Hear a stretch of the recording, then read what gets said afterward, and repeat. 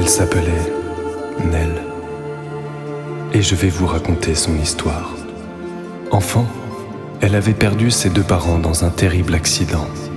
Et c'est sa grand-mère qui l'avait élevée dans une bienveillance inouïe, lui transmettant le respect de la terre, l'initiant au cycle naturel et à l'amour de toute forme de vie. Attentive aux murmures de la terre, elle éveilla Nell à l'invisible, aux énergies lumineuses, aux signes et présages. Alors qu'elle n'avait que 14 ans, la maladie emporta sa grand-mère et Nell fut déracinée de son écrin de nature vers la froide solitude de la vie urbaine. Cependant, le lien qui unissait Nell et sa grand-mère résonnait tel un écho immuable dans l'éternel. À l'âge adulte, elle sentait au plus profond d'elle-même que le monde dans lequel nous vivions était condamné. Pollution extrême, esclavagisme déguisé, élevages intensifs, lobbies dévastateurs, guerre des matières premières, destruction du vivant au profit du capitalisme. Elle embrassa la voie de l'activisme et de la désobéissance civile, luttant corps et âme contre les injustices de ce monde.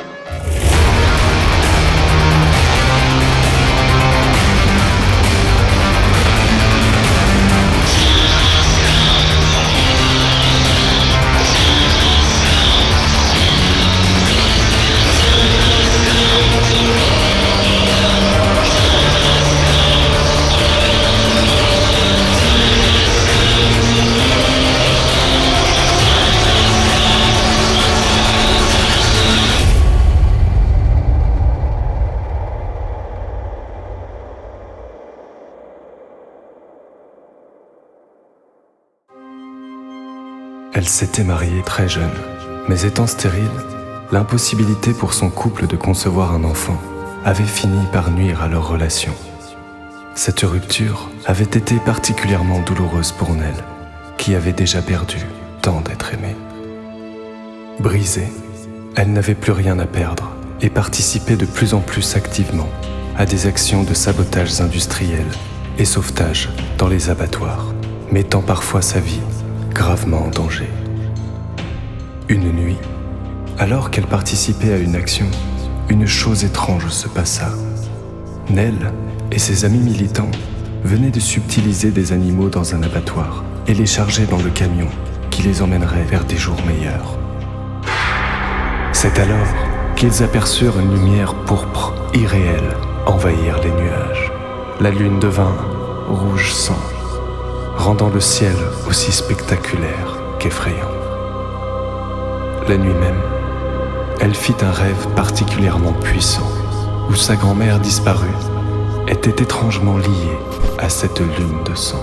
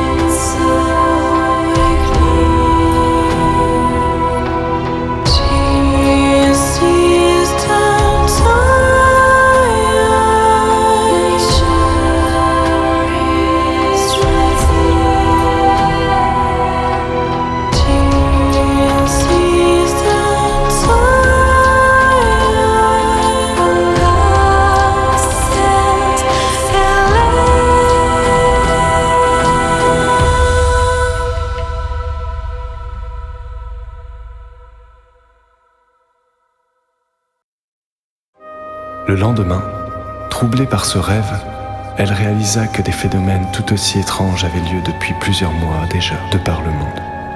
Tout cela faisait écho en elle, comme une impression de déjà-vu. Parallèlement à cela, elle ressentait au plus profond de son être une souffrance insoutenable qui ne lui appartenait pas. C'était comme si la terre suffocant à cause de l'activité humaine, pleurait à travers elle.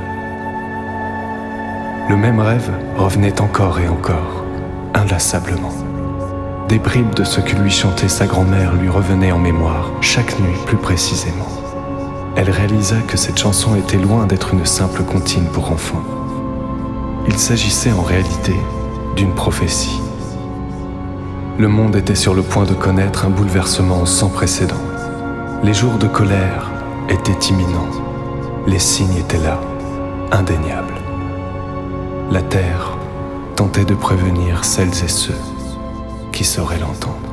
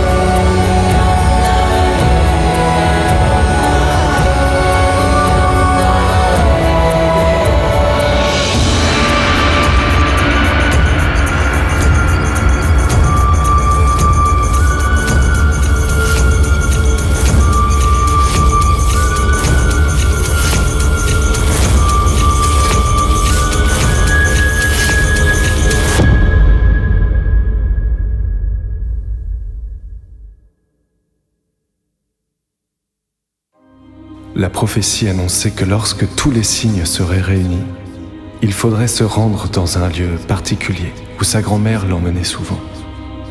Une caverne au sommet de la montagne Carapace, et y demeurer précisément 33 jours. Alors que les présages s'accumulaient, elle tenta d'alerter autour d'elle, mais personne ne la prit au sérieux. Totalement désemparée, elle finit par se réfugier seule dans la caverne. À peine fut-elle installée que la terre se mit à trembler violemment. Elle entendit des explosions terribles et s'enfonça alors davantage dans les profondeurs protectrices de la grotte. Elle commença à méditer en connexion avec la terre, pendant que l'apocalypse faisait rage dehors. Son esprit fusionnait à l'âme du monde, dans des chants rituels invoquant la clémence de la terre. Nell pleurait aussi parfois, connectée à la souffrance du monde. Elle sentait que tout cela avait un sens encore inconnu à ses yeux. Nell avait un rôle crucial à jouer.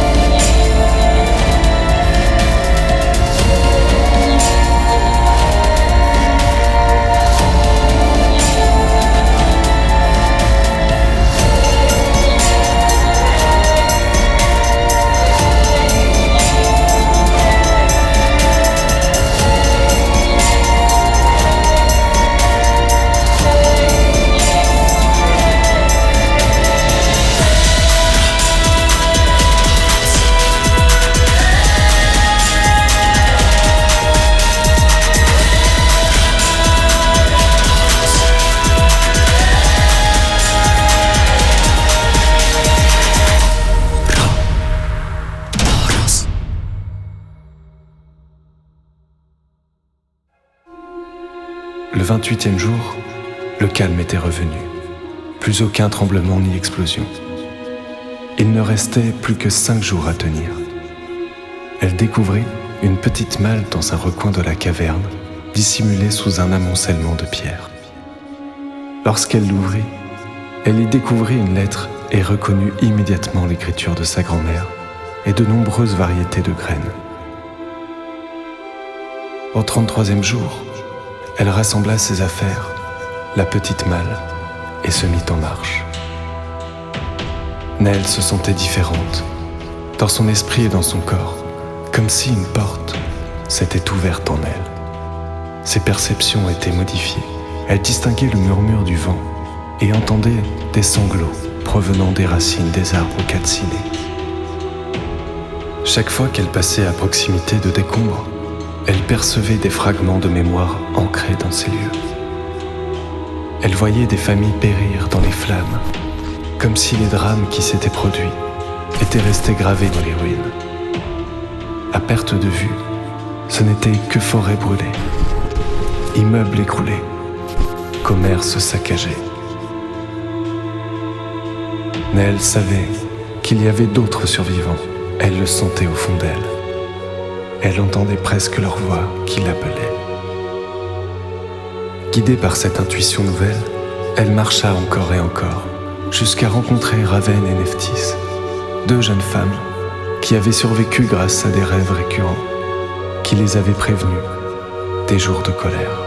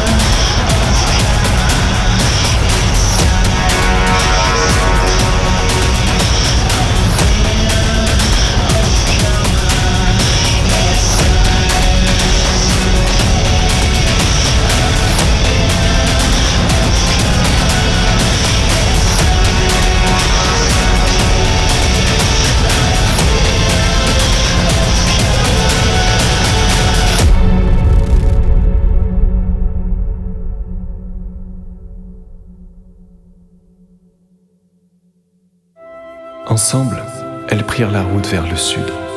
Les 3 jeunes femmes se rendirent compte qu'elles n'avaient plus besoin de parler. Elles communiquaient par la pensée et se comprenaient grâce à ce nouveau langage intérieur.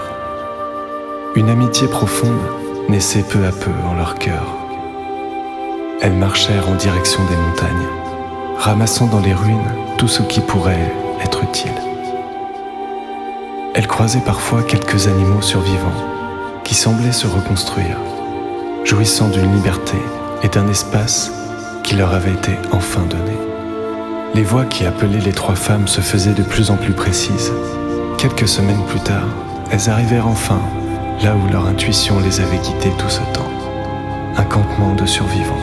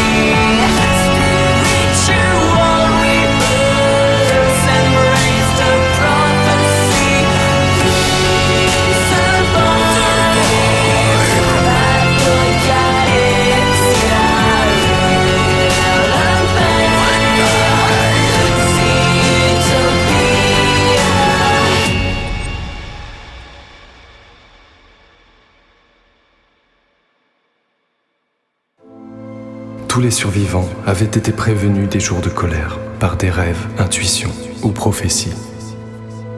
Ensemble, ils allaient construire le nouveau monde, respectueux de la terre et de toute forme de vie.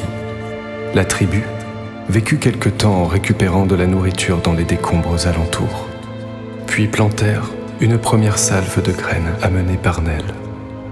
Elle qui ne pouvait enfanter, ramena la vie sur terre en l'ensemençant d'un feu nouveau. Les temps étaient durs, surtout au début, car l'ancien monde ne les avait pas préparés à cela. La société les avait rendus dépendants d'elle et les avait coupés de l'essentiel. La communauté se développait peu à peu, grâce au savoir et connaissance des rescapés qui arrivaient au fil des mois. Ils avaient le désir commun de reconstruire une humanité nouvelle en s'affranchissant des erreurs du passé pour vivre en osmose avec le vivant. Chaque soir, leur cœur battait à l'unisson dans un rituel de chant et danse d'une grande beauté.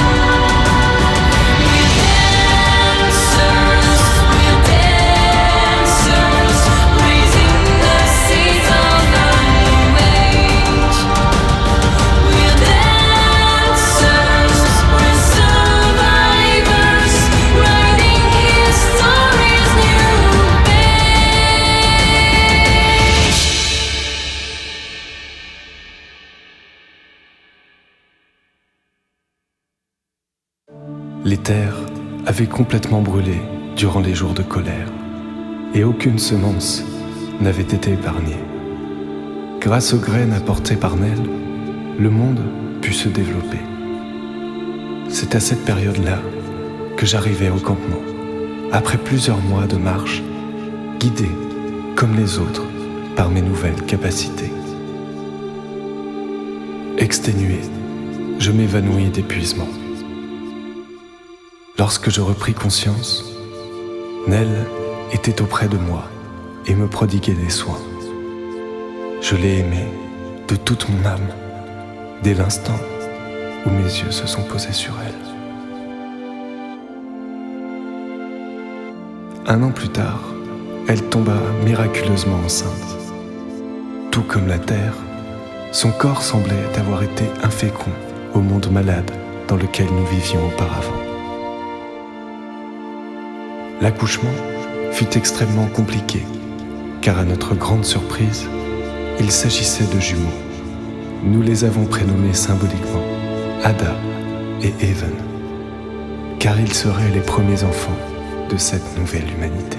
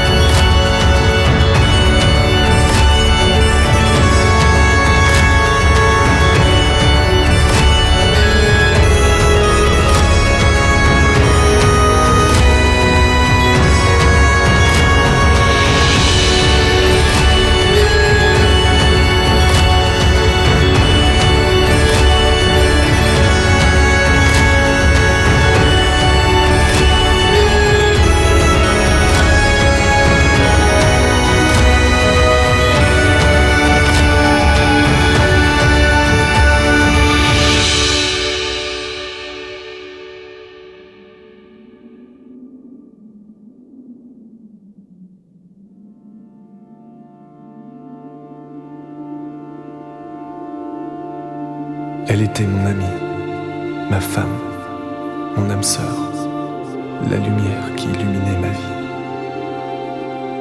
Elle a été l'étincelle de cette ère nouvelle. Repose en paix, mon éternel.